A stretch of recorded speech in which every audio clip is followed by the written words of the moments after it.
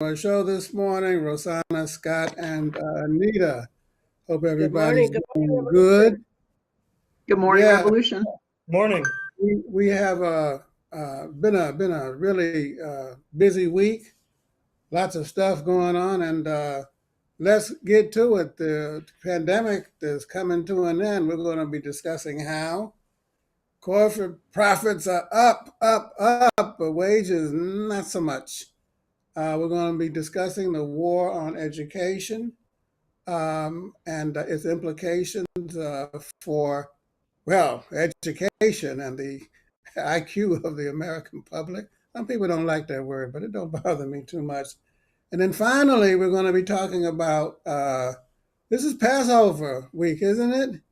And so we're going to be talking about um, the 10 things you might find at a Republican Seder. So let's get to it.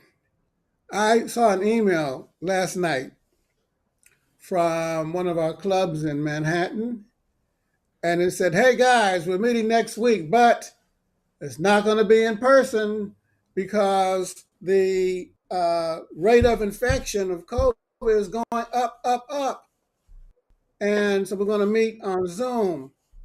But I don't understand what's going on because, according to what I read in the newspapers this week and online, the pandemic is over. The mask mandates are through. Scott, what the hell's going on? Well, I can tell you what's going on here. There's a surge, another one, um, uh, and I've been stuck at home all week because my daughter was exposed, so she had to quarantine. And also, two of my coworkers are out with COVID. Um, and I mean, these are people that are vaccinated and have been masking. It's just, you know, sounds like another strain, and yeah, a lot of people have let their guard down, and yeah, it's not over by any means. No, it's over. This judge in Florida, she said it's over, and the masks aren't clean. Anita, she said masks are, and That's not uh, sanitation. This woman is really doing more than just ending the mask mandate. She's really crippling the government's efforts in public health for the future. And she is a Trump appointee. She was declared unqualified when she was nominated for the judgeship, and she got it anyway. And here she is making a really, I've heard that it's a very poorly written and poorly reasoned uh, decision on her part. So I suspect it will be overturned. I don't think the Biden administration really wants to take them back to court, but I think that they have to, or else public health efforts are just going to be crippled from here on out. it's a massive confusion, Rosanna. This young woman, see, I can say that because I'm 60 plus now. She clerked for Clarence Thomas. That's why they got him together there. They're not a couple. He Mhm. had a wife. Her name is Jeannie. She's a lobbyist for the Republican Trump, and she tried to get them to overthrow the government. But we'll talk about that in a second. Rosanna, I mean, can you explain to me what's going on in this country? COVID going up, but the way to stop it, the level of seems to be going down. Well, I think it's because, the drive for profits. Everybody wants to get back to normal and they want to believe that it's over. But once again, it's the corporations that are pushing so that they continue to, reap the most profits and get back to exploiting workers, really. But I really urge folks to continue to wear a mask. It's not over. We really have to take care of ourselves. And Don't fall people for are it. just confused. Wear a mask, don't wear a mask. It's over, it's not over. They declared it over. People are Then the city confused of and people are Philadelphia tired. said you have to wear a mask. Scott? The confusion is tiring. People are also tired of not having a clear directive to follow, of being bombarded with, you know, not only all of this bullshit from the Trumpy right, but also the, you know, endless back and forth and contradictions of the CDC, which is trying to balance, um, trying to make it as, find the middle ground between all the competing positions. It's exhausting. And I can see why people are letting their guard down. I don't think a lot of it is because they're, you know, profoundly convinced that wearing a mask is an affront to their liberties. I think they're just, a lot of them, exhausted and can't keep up. Is wearing a seatbelt an affront to your liberty? I mean, is having car insurance an affront to your liberty? I mean, there are lots of things that we got to do, that we have to do in order to keep yourself and everybody else safe. I mean, and better, you are tired than dead, Anita. Tired of mask, better, right or wrong? Well, wearing a seatbelt really only protects yourself, but it also protects society from losing, people. We don't want people to die in car accidents. But wearing a mask is even more protective, not just because it's not just protecting oneself from infection, but it's also protecting the people around you. So there's two reasons to wear a mask. And I agree with Rosanna that we should just encourage people to keep wearing a mask, especially in indoor crowded areas and airplanes and so forth. I know 3 or 4 people who just here in New York who have COVID now, and they say that it's a milder variant. So, I don't have to worry so much. I'll have a little cold and then I'll be done. But it's milder now, this variant. But if you don't reduce the rate of infection and up the level of resistance, one of these variants is going to come back even stronger. And what are you going to do then? What are you going to do then? It's worrisome to me because, the greater the risk of a very serious infection, and then you got to take draconian measures. Oh my God, I don't even want to think about it. I don't want to think about it, Scott, Rosanna. I'm stopping. Huh? This judge has prevented us from doing anything in the future too. It's really unconscionable. Let's move to There's the a thing. agenda. Ever been in an airport line? Huh?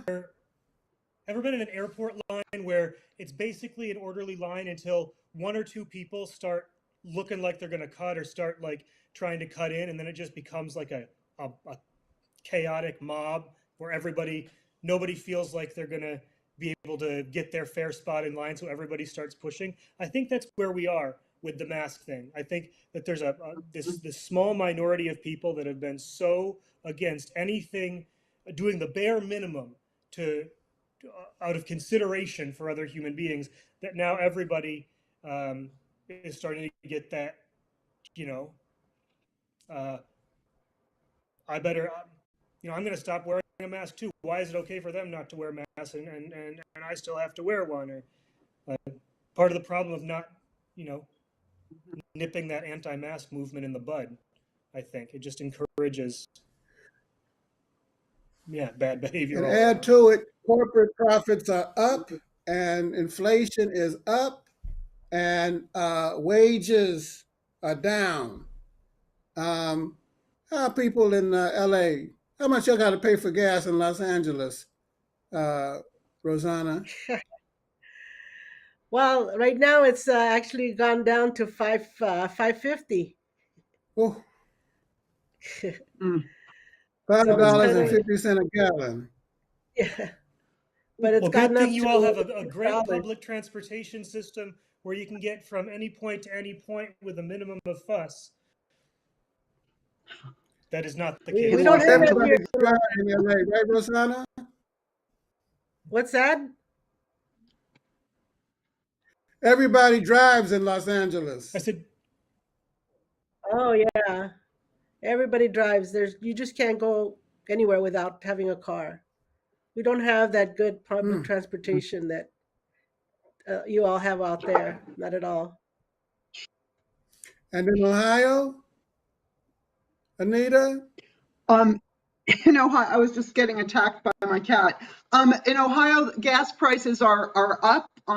Yes, it's and that's something people see every day, and they're very it takes a toll on their feelings about the economy, even though the economy has a lot of strengths right now in terms of low unemployment and strong growth. But the profits are still rolling in. Yesterday, Procter and Gamble came out and said they were doing fine. They're just they're making profits, and one of the things they did admit that they had increased costs, but they just said, well, we passed it along to our consumers, and that's and then they have a big chunk for shareholders to take home. So it's bad. But don't we need you say the economy is strong, but strong for who? Don't we need Strong a for the sharp billionaires. class definition of what a strong economy means? Because corporate off profits are up by 11%. Wages are up, they say, by 4%. Of course, a lot of those people, when you talk about the unemployment rate, they're working 2 or 3 jobs. God damn it, they're working 2 or 3 jobs just to make That's ends right. meet. And still, inflation is what, 7%? Mm-hmm. worse since the So, It's 1980s. bad.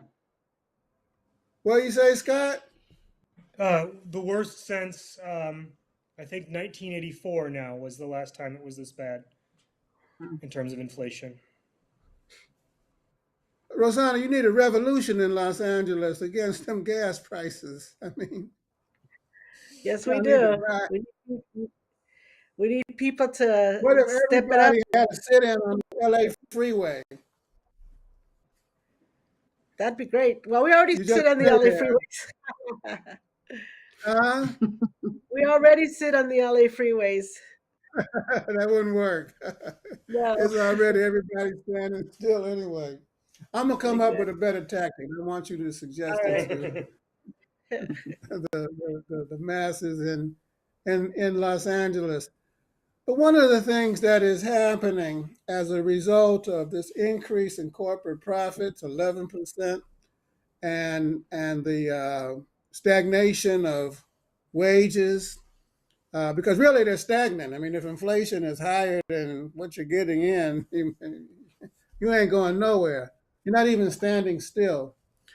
Is that there's been a tremendous uptick in union organizing and union victories at Amazon and Staten Island. And congratulations. Like, I can't keep saying enough. Congratulations to the workers in Staten. And then Starbucks, All over the place. everybody's going into a Starbucks and they're ordering food. And they ask you your name and you say Union Yes. And they read it out on the Union Yes, your coffee is ready. And that's a big deal coming up on May Day in another week. Uh, you got protests planned in Los Angeles, Rosanna? May Yes, Day we do. demonstration? Yes, we do. We have a great protest rally and march planned downtown LA. Yeah, in defense of essential workers and their rights, and we're still having to deal with those kinds of things here. So, and immigrant rights, it's one of the main topics. So we're gearing up, we're organized, and we're going to have a big march and rally. And what about in Columbus? Is there a May Day protest planned? Not a protest on May Day planned that I know of. We have a May Day event for our comrades in Columbus, and then we plan to, of course, tune into the People's World Fund Drive cultural program, which we'll probably talk about later in the show. And but we've been on protests many. I mean, there's the second one this week is today. On Wednesday, we had a huge protest in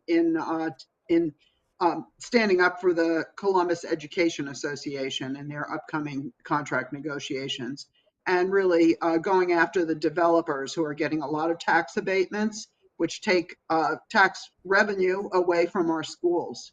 So it was an excellent, very unified demonstration on Wednesday and march around Columbus to developers' offices. So it was good.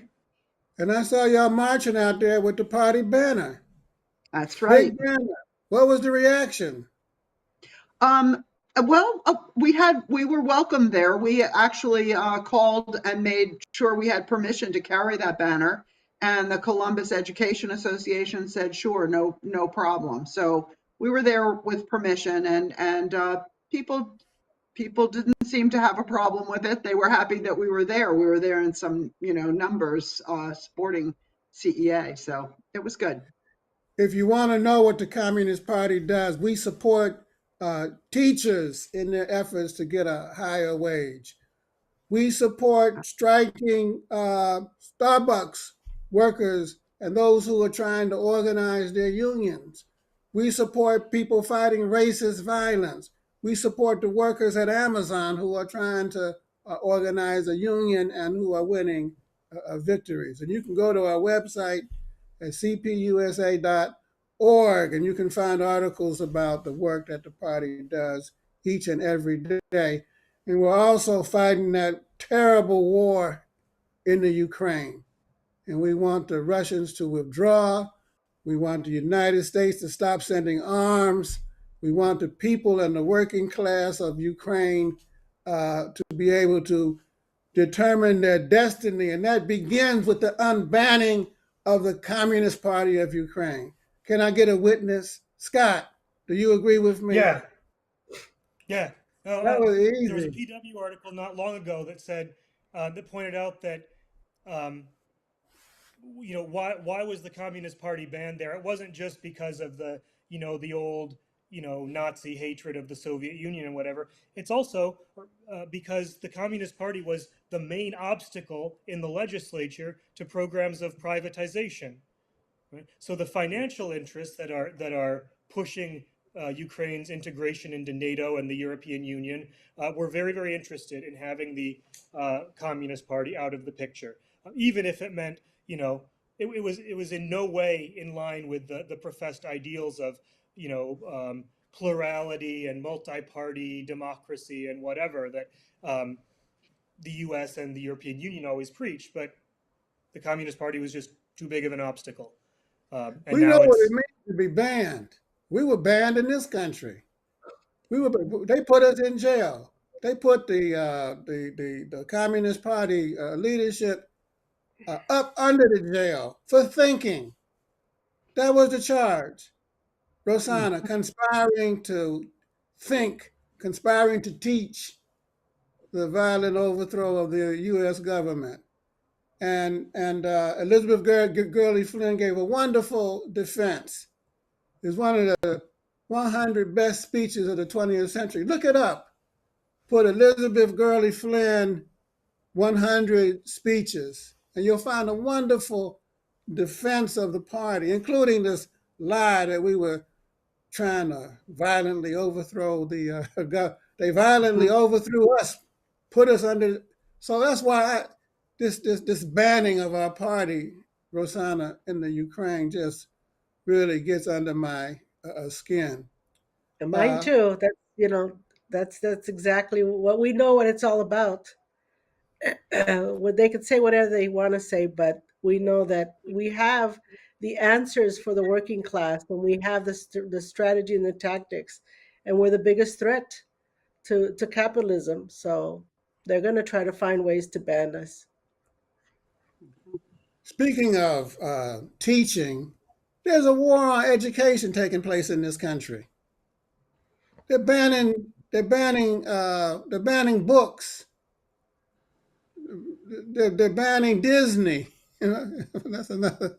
One of these days we got to have a special on Florida. I don't understand what's going on Yes. in that state. And I know this must be a particular issue close to your heart, Scott and Anita, because you worked as teachers for many years. And now all of this stuff about critical race theory, and they don't want you to read books that deal with race or gender or sexual orientation or any, and they don't want young people to read. Scott. Yeah, well, and I mean, this is not, in some sense, this isn't new, right? I remember I was starting my career as a university professor when uh, the sort of George W. Bush war on terror thing was really heating up, and part of it was this attack on university faculty members who were perceived as insufficiently patriotic, who were not, supportive enough of the United States in its wars in Afghanistan and Iraq, and there were calls to formally censor people, to have their teaching positions taken away.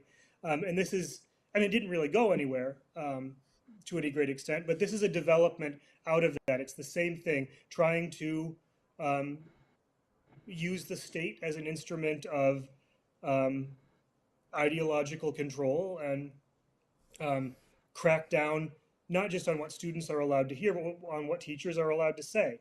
But there's a great meme going around about the Florida math textbook banning that said, "Wait till they hear that math can be non-binary," which I thought was pretty funny. They'll ban them. There you go. Yeah. And, Anita, I'm reading that teenagers are forming book clubs Yeah, on all those books that they ban. that's a great idea. I think we have to take every opportunity we can to get that history into people's hands and heads, and also to start to really understand what critical race theory is. A theory is an explanation of the facts, and the facts are, regardless of the end of of the civil rights laws that were passed in the 1960s, inequality still persists.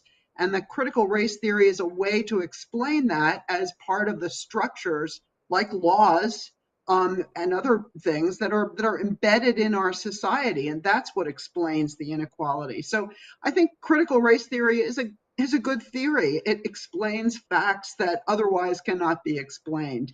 And to hamper, I mean, also in Florida, they're taking out if a textbook has a Common Core concept. Well, the Common Core used to be the basic things that we wanted all students to understand, and now they're taking that out of education as well. They're really crippling students for the future with their efforts.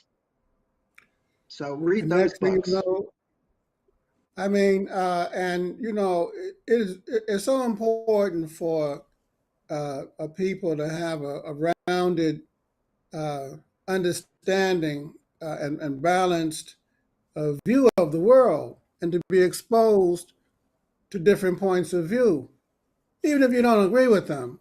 The fact that you get exposed to them are really important.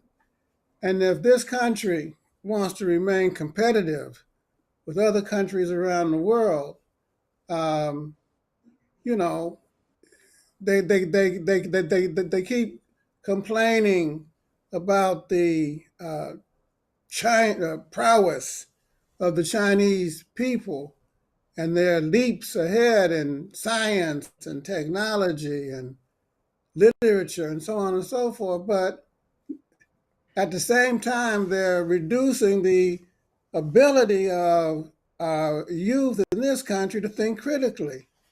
it's a contradiction in terms. I don't quite, I don't quite get it, you know. But I guess it kind of goes along with the this dogmatization of political and social thought, and the But it uh, prowess, the growing influence of the religious right. Scott? Well, there's that, but I mean, this is not something that's restricted to the extreme right. There's in capitalism generally, there's a certain suspension of critical thinking required, at the core of it. It's very contradictory, right? Our production is growing more and more collective, and yet we're insisting on more and more, you know, privatization, individualization of the gains of it. It's a system that's clearly, more and more clearly opposed to or incompatible with democracy. So there's to get people to handle capitalism requires limiting their ability to think critically. Um, so it's the extreme right is just in this case, I think, like the I do we call it the rear guard, the opposite of the vanguard, or whatever of the this attack on like critical thinking leads to socialism. I mean, that's what it is.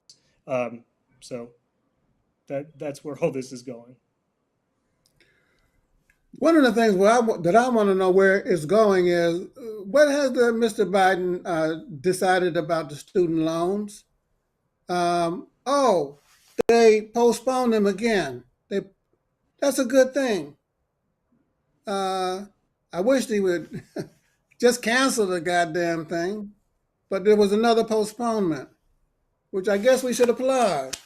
Scott, your homeboy kicked the can down the road a little bit. Well, you better either get ready to keep kicking, or I mean, I don't know what he's waiting for on cancellation.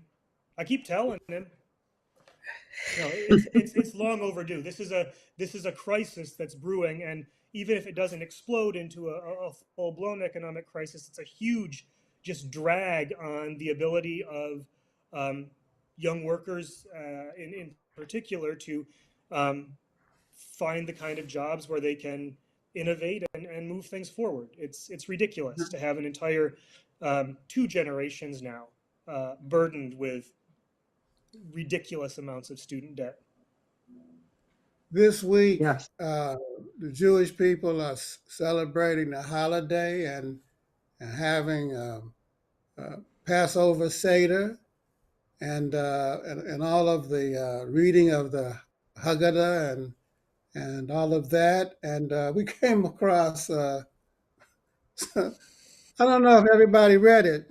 You could take a look at your Mhm. 10 things you won't find at a Republican Seder. Maybe you'd like to read one. Anita, what's your favorite? Well, I don't have it in front of me, but I like the one they won't open the door for Elijah until they see his immigration papers.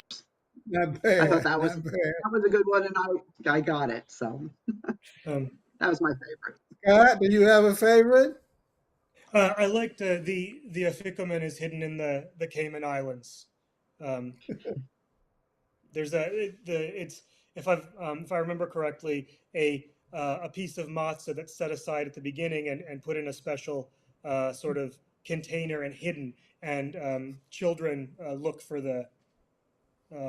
it. So the joke is that it's hidden in the like where the billionaires hide their offshore bank accounts. I see. Rosanna, do you have a favorite? I'm not very familiar with the Seder or anything like that to be able to really relate to those top 10. So no, I not at this time. Mine was, I got two. One is they don't understand why the Egyptians didn't cure the plague with hydrochloroquine, or conversely, inject themselves with bleach. I mean, that would have worked well.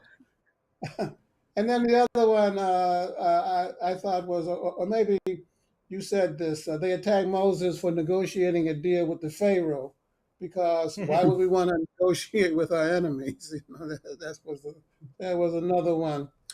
Well, before we end, and we're close to being there, we want to make sure that everybody joins us for our People's World celebration for May Day. It's going to start at 8 o'clock Eastern, 7 Central, and 5 Pacific. We're going to have music. We're going to have dance. We're going to have poetry. We're going to have striking workers. We're going to have readers of the PW. We're going to have a good time, and door prizes out. So please go to the People's World front page, sign up, and participate. It's going to be a party with the readers of the People's World and party with the Communist Party and our friends. We've reached 70,000. Everybody who's on this, everybody on this program has contributed. So we want to thank you for your contribution. You heard it from me. And we want to encourage everybody to make a donation. You go to peoplesworld.org, donate, and give what you can. Our goal is $75,000 by May Day. Right now we are at 70. So with that, thank you very much. Have a great week. We'll be back next Friday. Until then, stay strong, stay safe, stay in the fight. Have a great week, everybody. See you on May Day. Bye now. Bye, everybody. Bye.